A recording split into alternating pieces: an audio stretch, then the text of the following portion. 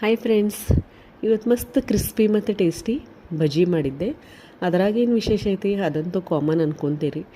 ಇಲ್ಲ ಫ್ರೆಂಡ್ಸ್, ಇದು ವಿಶೇಷ ಬಜ್ಜಿನ, ಯಾಕಂದ್ರೆ ಇದನ್ನು ನಾನು ಉಪ್ಪಿಟ್ಟಲೆ ಮಾಡಿದ್ದೆ. ಹೌದು ಫ್ರೆಂಡ್ಸ್, ಇವತ್ತು ಉಪ್ಪಿಟ್ಟು ಉಳಿದ್ಬಿಟ್ಟಿತ್ತು.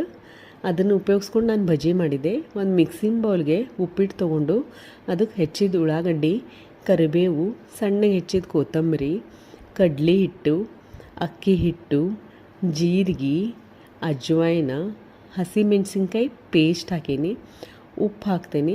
ಉಪ್ಪು ಸ್ವಲ್ಪ ನೋಡಿ ಹಾಕ್ಕೊಳ್ಳೋಣ, ಯಾಕಂದ್ರೆ ಉಪ್ಪಿಟ್ಟಿನಾಗ ಆಲ್ರೆಡಿ ಉಪ್ಪು ಇರ್ತೈತಿ. ಸೊ ಉಪ್ಪು ಕಮ್ಮಿ ಹಾಕ್ಕೊಳ್ಳೋಣ. ಈಗ ಇದನ್ನೆಲ್ಲ ಸರಿತಾಗ ಒಮ್ಮೆ ಮಿಕ್ಸ್ ಮಾಡ್ಕೊಂಬಿಟ್ಟು ಇದಕ್ಕೆ ಬಿಸಿ ಬಿಸಿ ಎಣ್ಣೆ ಹಾಕ್ಕೊಂಬಿಟ್ಟೇನಿ 2 ಸ್ಪೂನ್. ಈಗ ಇದನ್ನು ಇನ್ನೊಂದು ಸತಿ ಮಿಕ್ಸ್ ಮಾಡಿಕೊಂಡು ಸ್ವಲ್ಪ ನೀರು ಹಾಕ್ಕೊಂಡು ನಾವು ನಮ್ಮ ಬಜ್ಜಿ ಹಿಟ್ಟಿನ ಹದಕ್ಕೆ ಇದನ್ನು ಮಿಕ್ಸ್ ಮಾಡ್ಕೊಂಬಿಡೋಣ. ನಾನೆಲ್ಲ ಆಲ್ರೆಡಿ ಎಣ್ಣೆನೂ ಬಿಸಿಗಿಟ್ಟೇನಿ. ಇದು ಮಿಕ್ಸ್ ಆದಮೇಲೆ ಸಣ್ಣ ಸಣ್ಣ ಬಜ್ಜಿ ಮಾಡ್ಕೊಂಬಿಡೋಣ. ಹಿಂದಕ್ಕೆ ಒಂದು 5-6 ವರ್ಷದ ಹಿಂದೆ ಒಬ್ಬರು ಉಪ್ಪಿಟ್ಟು ಉಳಿದಾಗ ನಾವು ಬಜ್ಜಿನ ಮಾಡ್ತೇವೆ, ಭಾಳ ಕ್ರಿಸ್ಪಿ ಆಗ್ತಾವೆ ಅಂತ ಅಂದಿದ್ದು ನೆನಪಾತು. ಸೊ ನಾನು ಟ್ರೈ ಮಾಡಿದೆ. ಖರೇನು ಫ್ರೆಂಡ್ಸ್, ಇದು ಭಾಳ ಕ್ರಿಸ್ಪಿಯಾಗಿದ್ದು, ಭಾಳ ಟೇಸ್ಟಿಯಾಗಿತ್ತು. ಉಪ್ಪಿಟ್ಟು ಉಳಿದಾಗ ಸಂಜೆ ಹೊತ್ತು ಮಕ್ಕಳು ಸ್ಕೂಲಿಂದ ಬರೋ ಟೈಮಿಗೆ ಈ ರೀತಿ ನಾವು ಮಾಡಿಕೊಟ್ರೆ ಅವರು ಇಷ್ಟಪಟ್ಟು ತಿಂತಾರೆ.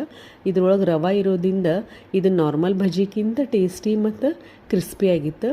ನೋಡಿರಿ ಫ್ರೆಂಡ್ಸ್, ಹಿಂಗೆ ಸಣ್ಣ ಸಣ್ಣ ಬಜ್ಜಿ ಬಿಟ್ಕೊಂಡ್ಬಿಟ್ಟೇನಿ. ಮೀಡಿಯಮ್ ಫ್ಲೇಮ್ ಇಟ್ಕೊಂಡು ಗೋಲ್ಡನ್ ಬ್ರೌನ್ ಮಾಡ್ಕೊಂಡ್ಬಿಟ್ರೆ ನಮ್ಮದು ಉಪ್ಪಿಟ್ಟಿನ ಬಜ್ಜಿ ರೆಡಿ ಟು ಸರ್ವ್. ನನ್ನ ವಿಡಿಯೋ ನೋಡಿದ್ದಕ್ಕೆ ಥ್ಯಾಂಕ್ ಯು.